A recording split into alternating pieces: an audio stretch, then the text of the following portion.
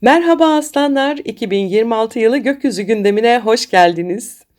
Sevgili aslanlar, 2026 yılı sizin için büyük bir kendini hatırlama ve gücünü yeniden tanımlama yılı olacak. Yıllardır gökyüzü sizi hem kişisel hem toplumsal anlamda dönüştürürken şimdi artık sahneye çıkma zamanı, ama bu sahne eski tarz bir gösteri değil, içsel bir farkındalık sahnesi. Artık parlamak, dikkat çekmek, alkış almak değil mesele. Şimdi mesele şu: kendinizi ne kadar otantik bir biçimde ifade ediyorsunuz? Gökyüzü sizi içsel bir temizlikten geçiriyor ve yılın sonunda sahneye bambaşka bir versiyonunuz çıkacak. Plüto 2026 yılı boyunca Kova burcunda ilerliyor, sizin 7. evinizde, yani ilişkiler, ortaklıklar ve birliktelikler alanında. Bu transit ilişkilerde güç dengesini tamamen değiştirir. Artık eş, ortak ya da yakın bir dostla olan bağlar yüzeyde kalamaz.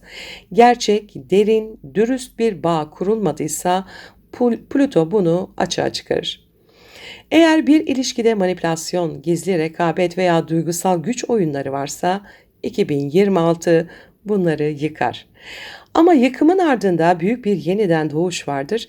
Çünkü Plüto Kova'da der ki artık bireyselliğini koruyarak bağ kurmayı öğren. Bu yıl ilişkiler size ayna tutacak. Kiminle yürüyorsunuz, neden yürüyorsunuz, bağımlı mısınız, yoksa bilinçli bir birliktelik mi kuruyorsunuz? Nisan-Eylül arasında Plüto retro harekette olacak. Tam anlamıyla içsel bir yüzleşme dönemi bu. Siz sevmenin anlamını yeniden tanımlayacaksınız ve yılın sonunda fark edeceksiniz ki gerçek güç kontrol etmekte değil, birlikte yürümekteymiş. 14 Şubat'ta Satürn Koç burcuna geçiyor. 21 Şubat'ta da Neptün'e 0 derece Koç'ta kavuşuyorlar. Bu kavuşum sizin 9. evinizde, yani inançlar, vizyon, yaşam felsefesi ve uzak yolculuklar alanında gerçekleşiyor. Bu bir ruhsal uyanışla yaşam döngüsünün birleştiği noktadır. Artık neye inandığınızı, neden yaşadığınızı, nereye gittiğinizi yeniden tanımlayacaksınız. Belki bir eğitime başlarsınız, belki yurt dışına taşınırsınız, belki de tamamen farklı bir dünya görüşüne geçersiniz. Satürn burada disiplinle öğretirken Neptün hayal gücüyle ilham verir. Yani vizyonunuzun temelleri güçleniyor. Ama hayalle gerçeği karıştırmamaya dikkat edin, özellikle de ilkbaharda.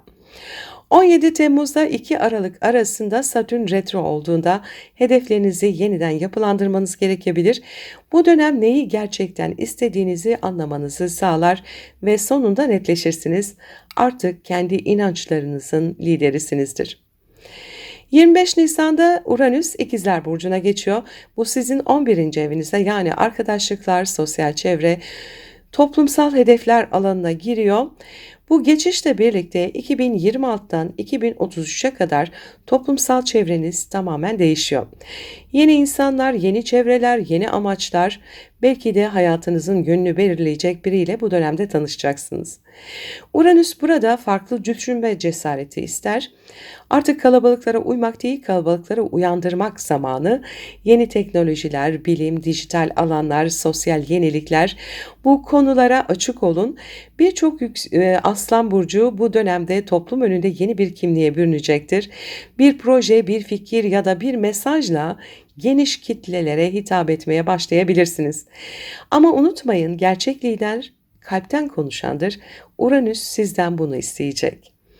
Jüpiter 2026'ya Yengeç burcunda retro halinde giriyor. 12. evinizde bu bir hazırlık evresidir. Yani yılın ilk aylarında sahne arkasında kalabilirsiniz. Bir plan, bir proje, bir rüya üzerinde çalışıyor olabilirsiniz. 6 Mart'ta Jüpiter ileri harekete geçtiğinde o perde yavaş yavaş kalkar. 1 Temmuz'da da Jüpiter Aslan burcuna, yani burcunuza geçer. İşte burada dev bir enerji açılır. Bu 12 yılda gelen bir büyüme döngüsüdür.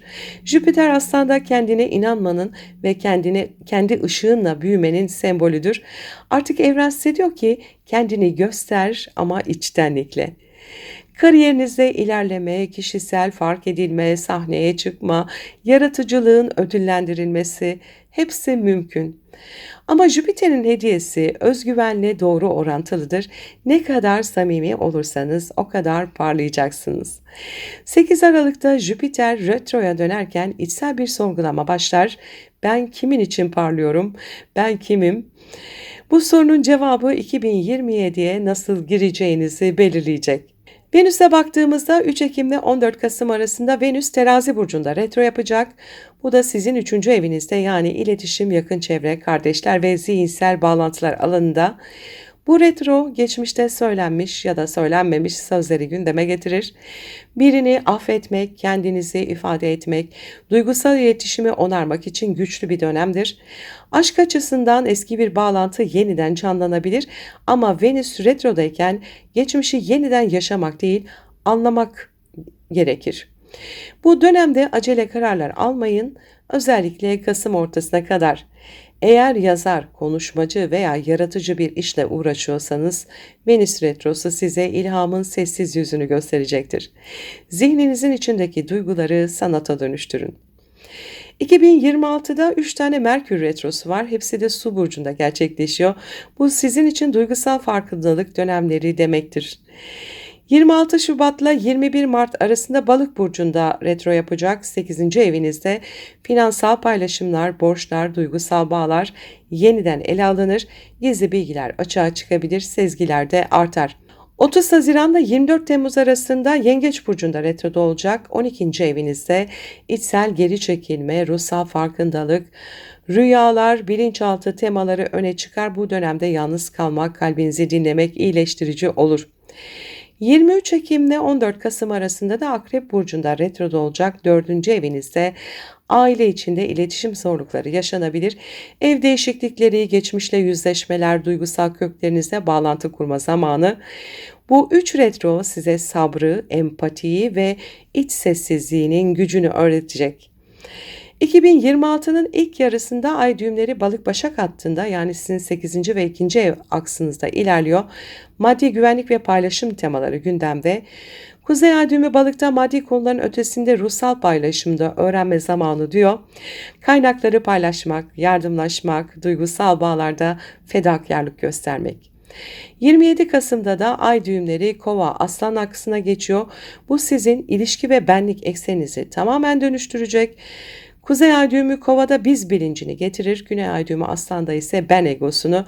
Artık ben merkezli liderlik değil, kolektif vizyon liderliği zamanı. 2026'nın ikinci yarısında öğreneceğiniz en büyük ders şu olacak: birlikte parlamak yalnız parlamaktan çok daha güçlüdür. Sevgili aslanlar, 2026 yılı size ışığınızı nasıl kullandığınızı gösterecek. Artık sadece görünür olmak değil, anlam yaratmak önemli.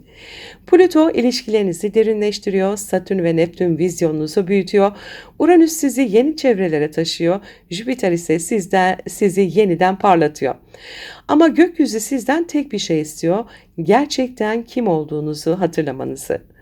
Sahneye maskesiz çıkın, ışığınızın kaynağını kalbinizin içinden alın. 2026'nın sonunda geriye baktığınızda diyeceksiniz ki, artık sahneye başkalarının alkışı için değil, kendi ışığım için çıkıyorum. Gökyüzü size şöyle diyor: ışığını gizleme ama onu bilgelikle kullan. 2026 liderlik sınavınız olacak, ama bu kez liderliğiniz kalpten kalbe olacak. İnsanlara ilham verin, ama önce kendi ruhunuzu aydınlatın. Çünkü siz yalnızca bir burç değil, bir ışık kaynağısınız ve bu yıl o ışığın yeniden doğduğu yıl olacak. 2026'nın tutulmalarına baktığımızda 17 Şubat'ta bir Kova burcunda halkalı güneş tutulması var. Saat 15.03'te 28 derece 50 dakikada. İkinci tutulmamız 3 Mart'ta Başak burcunda tam ay tutulması 14.39'da 12 derece 54 dakikada. Ve 12 Ağustos'ta Aslan burcunda tam güneş tutulması var. 20.37'de 20 derece 02 dakikada. Ve son tutulmamız da 28 Ağustos'ta Balık burcunda parçalı ay tutulması. Şimdi bu tutulmalarla ilgili kısa bilgiler de vereceğim size.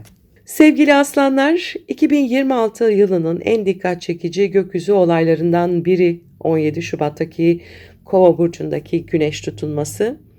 Sizin için ilişkilerde kadersel bir dönüm noktası anlamına geliyor. Çünkü bu tutulma haritanızın 7. evinde, yani evlilik, ortaklıklar, sözleşmeler ve açık düşmanlıklar alanında gerçekleşiyor. Bu tutulma size şunu söylüyor: artık ilişkilerde eski denge yok. Yeni bir bağ kurmak istiyorsan önce kendini yeniden tanımla. İlişkilerde yeni bir dönem başlıyor. Güneş ve Ay Kova burcundaki kavuşumu biz bilincini, adaleti ve karşılıklı anlayışı temsil eder. Ancak bu birleşim Boğa burcundaki Uranüs'le de kare açıda. İlişkilerde ani değişim, özgürleşme ve beklenmedik kararlar gündeme gelebilir. Bazılarınız için bu mevcut bir ilişkinin dinamiğinin tamamen değişmesi anlamına gelirken bazılarınız içinse yepyeni bir ilişkiye giriş anlamına gelebilir. Eğer bir ilişkiniz varsa şimdi dürüstlük sınavı başlıyor. Artık rol yapma dönemi bitti. Karşınızdakine karşı olduğu kadar kendinize de dürüst olma zamanı. Uranüs bu kareyle adeta şunu söylüyor: ya özgür olacaksın ya da zincirlerini kendin kıracaksın. Bu yüzden bazı ilişkilerde kopuşlar yaşanabilir. Ama unutmayın, her bitiş aslında bir özgürleşmedir. Tutulma sadece duygusal ilişkilerle sınırlı değil, iş ortaklıkları, sözleşmeler ve sosyal statüyle bağlantılı tüm dinamikleri etkiliyor. Bu dönemde yeni bir anlaşma, ortak proje ya da profesyonel işbirliği gündeme gelebilir. Ama Uranüs'ün kare etkisiyle koşullar ani şekilde değişebilir. Esnek olmanız, yeni sisteme uyum sağlamanız gerekiyor. Kariyerinizde veya toplum önündeki imajınızda büyük bir dönüşüm yaşanabilir. Artık nasıl görünmek istiyorsunuz? Bir aslan olarak sahnede nasıl bir rol üstleneceğinize siz karar vereceksiniz. Gökyüzü size diyor ki kendini yeniden yaratmaktan korkma.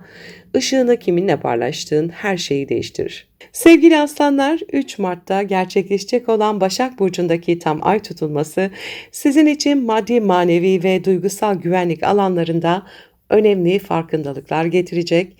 Bu tutulma doğum haritanızın 2. evinde gerçekleşiyor. Yani konu, para, gelir, sahip olduklarınız ve özdeğer duygunuz.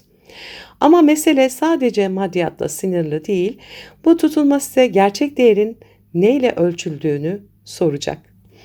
Evren size diyor ki artık dış onayla değil, içsel değerlerinle ayakta kal. Bu tutunma esnasında Ay Güney Ay düğümüyle Başak Burcu'nda kavuşum halinde. Bu geçmişte kendinize sürekli çalışarak kanıtlama eğiliminizi temsil ediyor. Belki değerli hissetmek için çok fazla sorumluluk aldınız. Belki sürekli üretmek, kazanmak, başarmak zorunda olduğunuzu düşündünüz. Ama Güneş Kuzey Ay düğümüyle Balık Burcu'nda kavuşumda ve diyor ki gerçek değer yaptıklarında değil, kim olduğunda gizli. Yani artık içsel tatmini sadece dış başarıya bağlama zamanı bitti. Bu tutulma sizi kendinizi onaylamaya çağırıyor. Tutulma aksına kare yapan Lilith sizin 5. evinizde, yani aşk, yaratıcılık ve öz ifade alanında yer alıyor. Bu enerji uzun süredir bastırılmış tutkularınızı ve yaratıcı potansiyelinizi serbest bırakmak için güçlü bir etki oluşturuyor.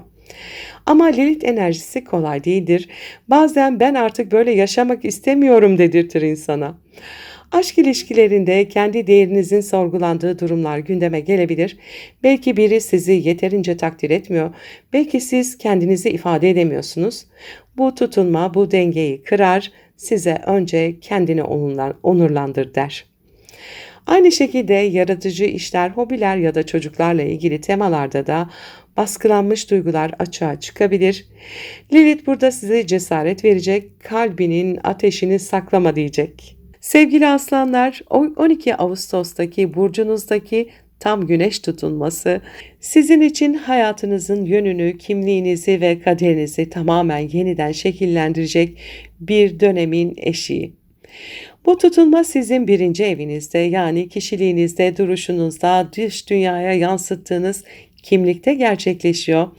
Kısacası bu bir yeniden doğuş enerjisi. Güneş ve Ay sizin burcunuzda birleşirken evren sizden eski benliğinizi geride bırakmanızı istiyor. Artık geçmişteki aslan değil, yeni bir güçle parlayan bir aslan doğuyor. Bu tutulma size şu soruları getiriyor. Kimsiniz ve artık kim olmak istiyorsunuz? Aslan burcundaki Güneş-Ay kavuşumu size hayat sahnesini yeniden sunuyor. Belki dış görünüşünüzü, tarzınızı ya da yaşam yönünüzü değiştireceksiniz. Belki de artık kalbinizin sesini bastırmadan yaşamayı seçeceksiniz. Uzun zamandır kimliğinizi başkalarının beklentilerine göre şekillendirdiyseniz bu tutulma o maskeyi yırtıyor. Artık özünüzü sahneye koyma zamanı, ama bu defa dikkat çekmek için değil, kendi ışığınızla parlamak için. Bu tutulmayla birlikte Merkür ve Jüpiter de burcunuzda kavuşumda. Bu kelimenin tam anlamıyla ben bilincinin genişlemesi demek. Düşünceleriniz, fikirleriniz, planlarınız büyüyor. Evren size diyor ki konuş, anlat, göster, insanlar seni duymaya hazır. Bu sırada hem entelektüel hem de duygusal bir uyanış yaşayabilirsiniz. Bu kavuşum Kova burcundaki Plüto'ya karşıtlık yaptığı için ilişkilerde güç savaşları da gündeme gelebilir. Özellikle ben ve biz dengesi test edilecek. Kendinizi ifade ederken fazla baskın ya da kontrolcü olmamaya dikkat edin. Çünkü bu tutulmanın gücü göstererek değil, var olarak parlamakta gizli. Bu dönem bir söz, bir karar veya bir açıklama sizi bambaşka bir yöne taşıyabilir. Sanki evren sizi sahnenin tam ortasına çağırıyor ve artık kaçmak yok. 28 Ağustos'taki Balık burcunda gerçekleşecek tam ay tutulması sizler için derin bir dönüşüm, bırakış ve yeniden doğuş döngüsünü başlatıyor. Bu tutulma görünmeyen ama en güçlü alanlarınızdan birini harekete geçiriyor. Ruhunuzu, bilinçaltınızı ve kadersel bağlarınızı. Bu sizin için derin bir içsel temizlik anlamına geliyor. Gökyüzü adeta fısıldıyor. Artık seni aşağı çeken, ruhunu yoran gizli bağlarını çözme zamanı. Bu tutulma yüzeyde değil, derinlerde çalışacak. Korkular, takıntılar, bağımlılıklar ya da duygusal yükler. Ne varsa hepsi yüzeye çıkacak, ama her şeyin amacı tek, sizi özgürleştirmek. Balık burcundaki bu tutulma sizin 8. evinizde gerçekleşiyor. Bu ev dönüşüm, krizden doğan güç, ortak paylaşımlar, finansal destekler, krediler, borçlar, eşin parası ve ruhsal yenilenme temalarını taşır. Bir süredir sizi duygusal ya da maddi anlamda yoran bir durum varsa, bu tutulma o bağın çözülmesi için güçlü bir tetikleyici olacak. Bu bir ilişkinin dinamiklerinin değişmesi, ortak bir finansal düzenin sonlanması ya da geçmişte sizi korkutan bir konuyla yüzleşmek anlamına gelebilir. Ama her kapanışın ardında bir kapı açılır. Bu tutulma size güç sende, ama onu kendi içinde bulman gerekiyor diyor. Bu tutulma sırasında Güneş ve Merkür Başak Burcu'nda kavuşumda olacak ve İkizler Burcu'ndaki Uranüs'le de kare açıda. Bu kombinasyon maddi konular, değer duygusu ve güven alanlarınızı ciddi şekilde hareketlendiriyor. Bir anda finansal planlar değişebilir, gelir gider dengesi sarsılabilir veya beklenmedik masraflar, ödemeler gündeme gelebilir. Ancak bu enerji aynı zamanda size yeni bir özgürlük alanı da açıyor. Belki artık birine bağımlı olmadan kendi gücünüzü kurmak istiyorsunuz. Belki de yıllardır devam eden bir finansal döngü artık dönüşüyor. Uranüs kareleri rahatsız eder ama aynı zamanda özgürleştirir. Bu tutulma kaybettiğiniz sandığınız şey aslında sizi serbest bırakıyor olabilir. Sevgili dostlar, yeni bir yıla adım atarken unutmayın, 2026 sadece takvimde bir değişim değil, aynı zamanda bilincimizin ve hayatımızın dönüşüm yılı. Gökyüzü bize cesaret, ilham ve fırsatlar sunuyor. Kendi ışığınızı takip edin, kalbinizin rehberliğine güvenin ve her adımda kendinize ve çevrenize değer katın. Ben de size bu yeni yılda sağlık, huzur, mutluluk ve başarı diliyorum. Her yeni gün size farkındalık ve sevgi getirsin. Hoş geldin 2026, cesaretin, bilincin ve kalbin yılı. Yıldızların ışığı yolunuzu aydınlatsın ve her zaman sizinle olsun. Mutlu yıllar.